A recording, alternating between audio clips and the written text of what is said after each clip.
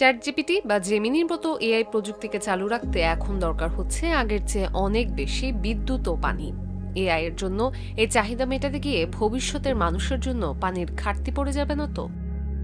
আপনি যখন চ্যাটজিপিটিতে একটি প্রশ্ন করেন তখন গড়ে 1 ফোঁটা করে পানি খরচ হয়, দাবি করেছেন ওপেন এআই এর সিইও স্যাম অল্টম্যান।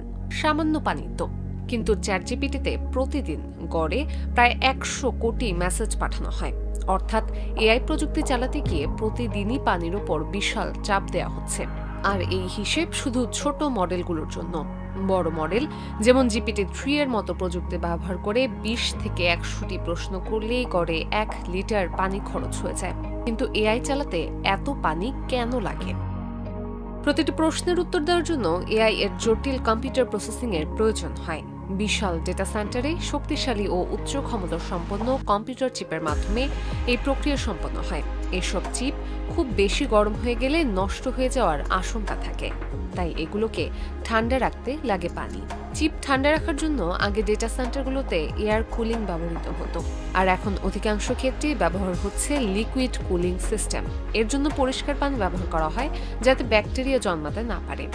জলাশয় বা নদী থেকে আসে এই পানি, যা কৃষি, পানীয় ও স্বাস্থ্যসেবার জন্য ব্যবহার করা হয়। শুধু কুলিং নয়, বিদ্যুৎ উৎপাদন এবং এআই প্রযুক্তির হার্ডওয়্যার তৈরিতেও প্রচুর পানি লাগে।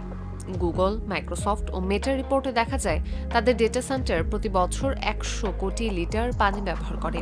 তবে এর ঠিক কতটুকু এআই প্রযুক্তির জন্য ব্যবহার করা হয় তা বলা হয় না। খরা প্রবণ এলাকার পানির অভাব দিনে দিনে যখন চরমে পৌঁছাচ্ছে, তখন পাশেই আধুনিক ডেটা সেন্টারে হাজার হাজার লিটার পানি খরচ করছে বিশ্বের শীর্ষ প্রযুক্তি কোম্পানিগুলো। এ নিয়ে বিশ্ব উদ্বেগ বাড়ছে। স্পেন, চিলি, ভারত, উরুগুয়ে ও যুক্তরাষ্ট্রের কিছু অংশে বিক্ষোভ হয়েছে ডেটা সেন্টার তৈরির বিরুদ্ধে। তবে বিশ্বের বিভিন্ন প্রযুক্তি কোম্পানি 2030 সালের মধ্যে ওয়াটার নিউট্রাল হওয়ার প্রতিশ্রুতি দিয়েছে। অর্থাৎ যত পানি তারা ব্যবহার করবে সে পরিমাণ পানি পুনরুদ্ধার বা সংরক্ষণ করবে। এছাড়াও কিছু প্রতিষ্ঠান চেষ্টা করছে এমন কুলিং প্রযুক্তি চালু করতে যাতে কোনো পানি বাষ্প হবে না।